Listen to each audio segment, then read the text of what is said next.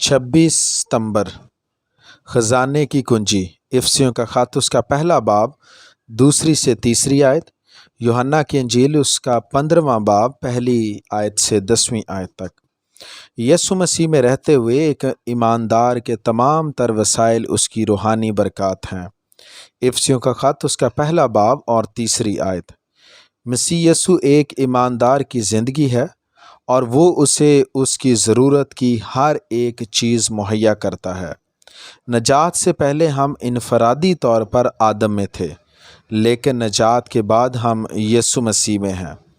آدم میں رہتے ہوئے ہم ایک گناہگار فطرت رکھتے ہیں، لیکن یسوع مسیح میں رہتے ہوئے ہماری فطرت الہی قوت کی مالک ہو جاتی ہے، اور جب ایک ایماندار الہی فطرت کا مالک بن جاتا ہے تو وہ خدا کی مرضی کے مطابق کام کرتا ہے۔ اگر ہم یسوع مسیح کو چھوڑ دیتے ہیں تو خدا کے ساتھ ہمارا کوئی تعلق نہیں رہتا، اور نہ ہی خدا ہمارے ساتھ کوئی تعلق رکھتا ہے۔ یسوع مسیح کو قبول کرنے سے پہلے ہم ان روحانی برکات سے استفادہ حاصل نہیں کر سکتے جو خدا نے ہمارے لیے رکھی ہوتی ہیں۔ یسوع مسیح کو قبول کرنے کے بعد اس شخص پر خدا کے الہی وسائل کا در کھول دیا جاتا ہے۔ خدا ہر اچھے خزانے کو اس کے لیے مہیا کرتا ہے۔ ایک ایماندار کے لیے خدا کے اچھے خزانوں کو یسوع مسیح میں جمع کر دیا گیا ہے، اور جب کوئی شخص یسوع مسیح کو قبول کرتا ہے تو روحانیت کی ساری دولت اس کے لیے میسر ہوتی ہے۔ یسوع مسیح کے بغیر ہم روحانی طور پر بہت کمزور ہوتے ہیں۔ مسیح کے بغیر ہماری روحانی قوت ختم ہو جاتی ہے، لیکن یسوع مسیح میں رہتے ہوئے ہم کسی بھی روحانی جنگ میں فتح یاب ہو سکتے ہیں۔